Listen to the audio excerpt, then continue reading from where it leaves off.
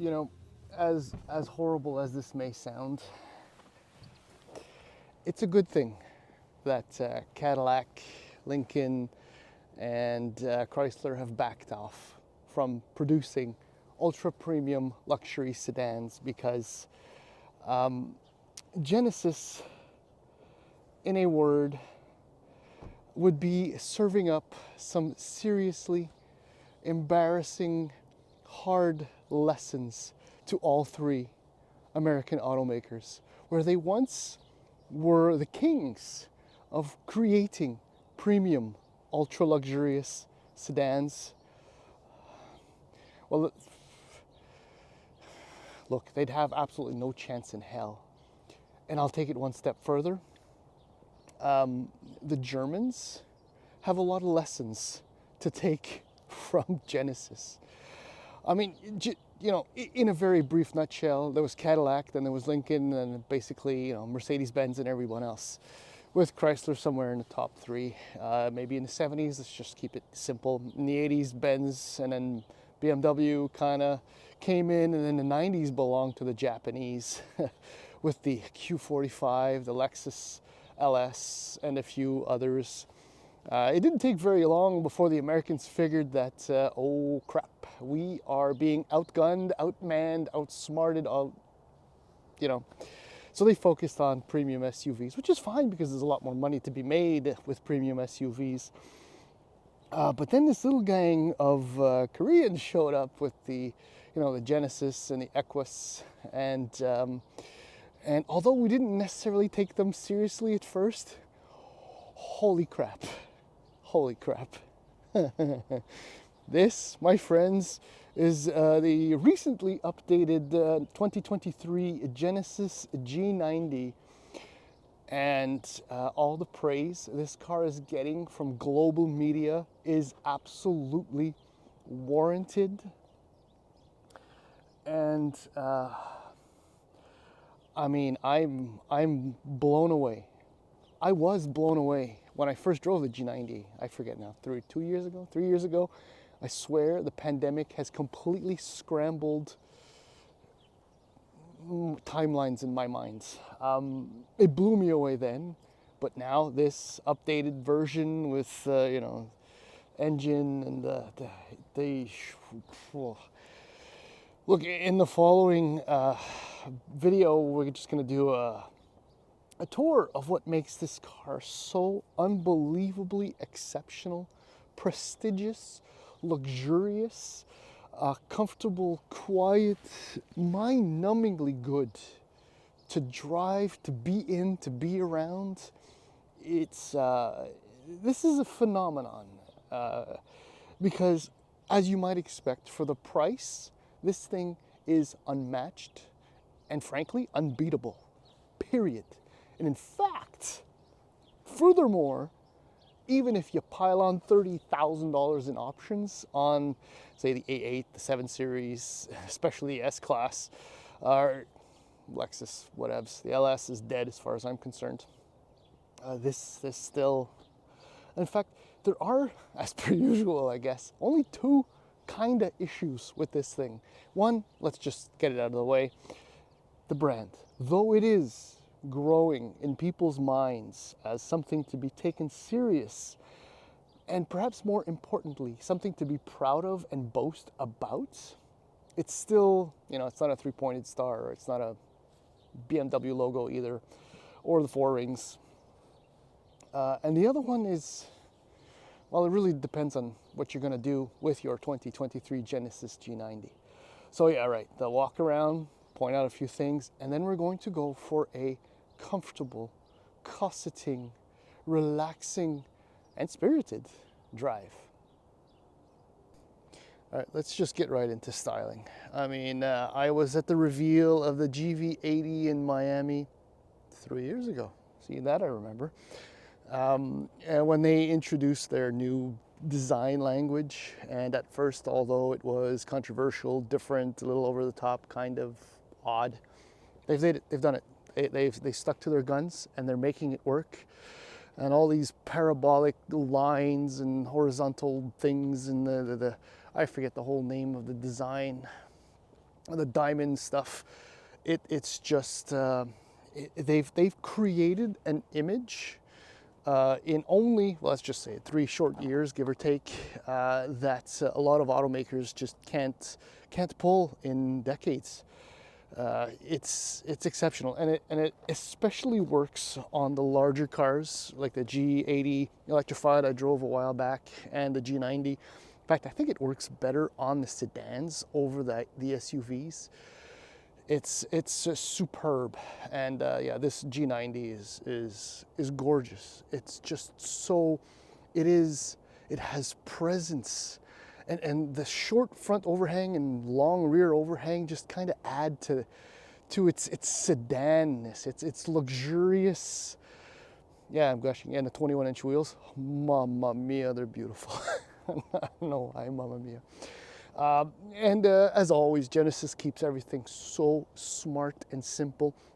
In the US, there are 2 versions. The base car is $88,400. So the starting point for the difference is powertrain.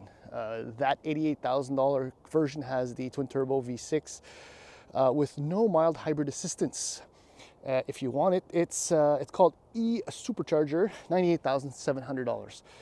In Canada, just one version. It's just over $115,000, and it has absolutely everything in it.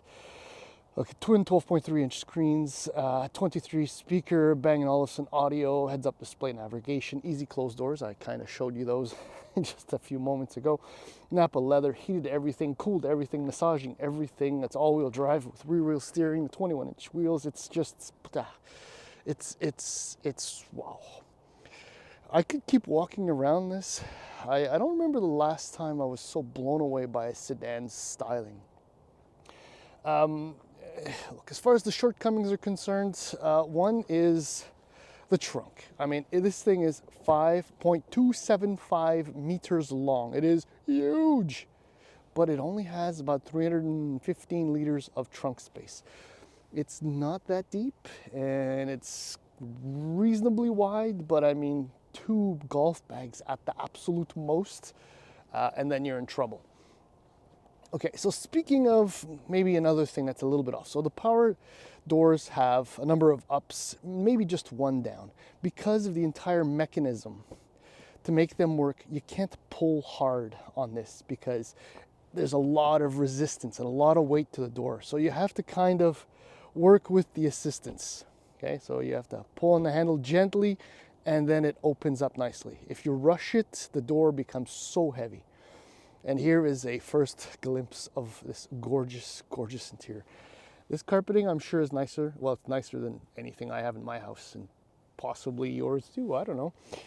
Fit, finish, power sunshades, I didn't mention, oh, well, the car's not on, so power sunshades, it's just incredible. The seats are full power adjustable. Look at the amount of room. I can climb in and out of here. The kids are loving it, obviously. This is what I want to show you in the back. It's closed because the kids will play with it, but power operated seats. This is an 8-inch screen, although I've seen 10.2, but it doesn't look that big. Maybe it is 10, one or the other. So you have the power door buttons, and you have a full series of HVAC controls front and back. It's fantastic. And there's obviously some storage, wireless charger. Is a pass-through, and that thing is heavy actually. I don't know if I would sit 5 people or 3 people across in the back, but it's beautiful. It's just absolutely beautiful. And you can close the door a number of ways. I don't know if you saw the button in the center console, but there's this button here too. Should all of that fail, you still have a latch down there. But my kids love to play with the buttons and then move out of the door, move out of the way of the door immediately. So I don't know, it's not gonna show. Yeah, see, if you pull too fast, the door is heavy and it wants to rip your arm off. Yeah, here's front massaging. You can move the passenger seats. Look, the materials are smooth, beautiful, plush, thick, padded. It's superb. It's beautiful. The woods, look at the design. It's like an inlay that's been, I don't know, carved. Bang & Olufsen. The seats are insanely comfortable, adjustable, and I think it's 18 ways. Fun thing that they did, actually, we can just get in. Oh, I could have just pressed on the brake pedal too. The moment you get into the car, let's do that. So door is open, right? As you can see, I am going to press the brake pedal. Yeah, that's pretty neat. You'll forget that you have to operate a car yourself when you step out of this one. Actually, see, I forgot to press the brake pedal. So we started up. Okay, mute.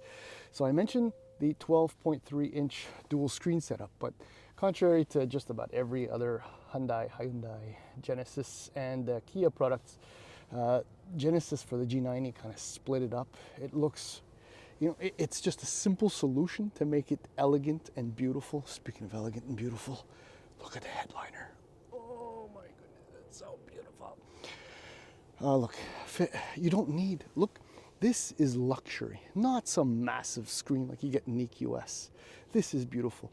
I think the only kind of half not great thing right here is this little screen, though it looks great, hard buttons, very nice, no problem, is that obviously now because I'm not wearing any gloves, they work. They're not always as quickly or responsive, I should say, as I would like them to be. Storage is good, kind of here. There we go, decent storage. Yes, I always cable, wireless charger. Your central nervous system, other than going through the screen, which is typical from all the other Hyundai and Kia products that I've used. The menus are a little bit different, but the functionality is just about the same. What I want to focus, so heated, cooled, right, there's your close the door button. Drive modes, just for a second, because I don't want to make a 13,000 minute video. So your drive modes show up there, and if you see, looking through the screen, if you press and hold the drive mode button, you get to your My mode, right? To set that up, I'll try and do this fast. Drive mode. So you have custom drive mode right here, okay? So you have different drive modes. You actually have a chauffeur mode, smart mode, My mode on top of, and you can individually adjust the brakes, which I would strongly suggest you keep to comfort because it just gets weird. Chauffeur, just so you know what that means, is that everything is biased towards absolute comfort. The ride, nothing is sharp in the controls and the way they respond. Coasting. So yeah, so these are the drive modes on top of the usual Eco, Comfort, and Sport. I've configured my drive mode to be, actually let's just do it, my drive mode.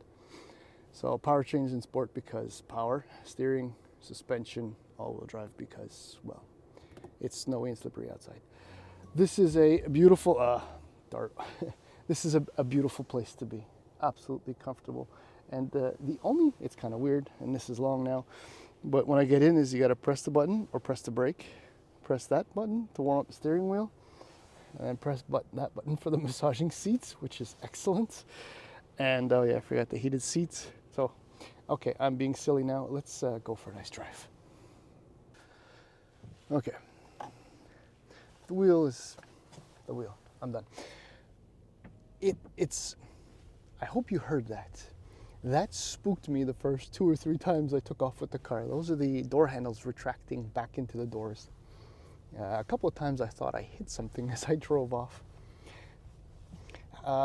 It's hard to focus on the first thing that comes to mind when I drove off with this car, and still now, 6 days later, about the impressions of driving this car. Immediately it feels like you're driving something so substantial and luxurious, tight and well assembled. It's also that weight translates into something that feels comfortable, secure, luxurious. It's just all there. I mean, refinement is immediately noticeable. So this has a multi-chamber air suspension with adjustable dampers, as I kind of showed you, right? You can set the suspension, and it's absolutely wow. The 21-inch wheels could be 28s as far as I'm concerned, and the ride in this thing would still be absolutely comfortable, cost-setting. I mean, this thing has, all kinds of assisted active drive modes because this thing is so relaxing. Also, I have the massage on. Yeah, the ride quality is just extraordinary. And this is what I was hoping to get out of the G80 electrified, which kind of let me down. I thought that one of the reasons why the G80 let me down is because of the weight, but this thing weighs something like 5,700 pounds. It's not the weight, it was just the choice of chassis settings, I guess, that made the difference. This also has the road preview suspension where the sensors, cameras, all that stuff just scan about 100 meters ahead, 330 feet, I don't know, something like that, to try and pre-load or pre-adjust the suspension in order to handle whatever's coming up ahead. It also helps that this thing is insanely quiet in here. It's got active noise control. It's got dual laminated glass. This is a coffin of safety, or the impression of safety, comfort. It's in all the best ways, everything I'm trying to say. Just a few words. I mean, brake pedal, I have it in comfort, and I think you need a little bit of travel. You need a little bit of a mild delay in brake performance when you press on the pedal. It's a little bit more easier to maintain and modulate. The steering is fine, nothing, it's just great. So now getting back to, paddle shifters, 8-speed automatic transmission, standard for all. So the powertrain. So I said something about an e-supercharger. Okay. The G90 in the US, not in Canada, you can get it with the 3.5 liter twin turbo V6, which produces 375 horsepower and 391 pound-feet of torque. And it's an engine we know from a lot of Genesis models. In Canada, and available also in the US, the standard powertrain is that same twin turbocharged 3.5 liter V6, except it has mild hybrid assistance. Well, assistance in the sense that it powers an electronic supercharger. So that means that you get more boost, or the boost, early on, like at low engine speeds, and all the way up to about midway engine speeds. So there's even sharper, although you can't tell, a throttle response, and of course a boost in power. So now you're looking at 409 horsepower at 5,800 RPM and 405 pound-feet of torque from 1350 to 4,500 RPM. So essentially when you roll onto the throttle, this thing just gets up and goes. I mean, it'll reach 100 kilometers an hour from a standstill thanks to the included all-wheel drive system in about 5 seconds. I mean, no, okay, fine, whatever. And maybe the Germans are quicker in their top trims, but you're going to have to get an AMG or an M something, and they're going to cost $50,000, $60,000 more than this.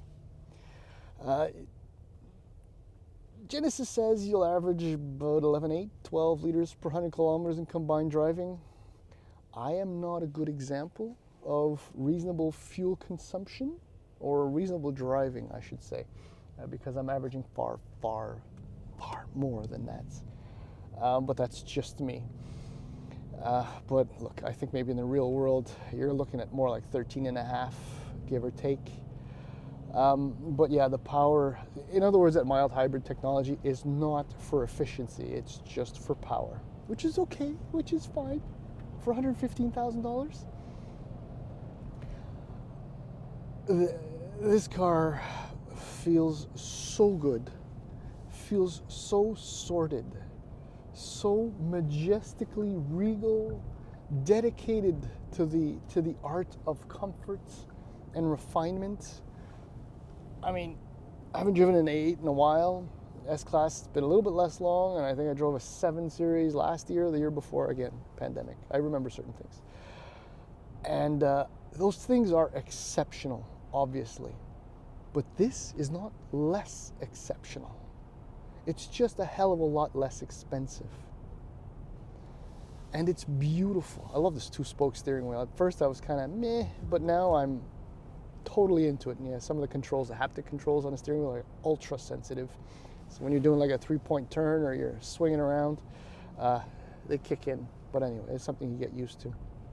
My goodness, I have a lot of things to say about this car. but it may very well be. I mean, it did win, I think, Motor Trend's Car of the Year or something like that. That's what this is. This is incredible. Bravo, Genesis. Bravo.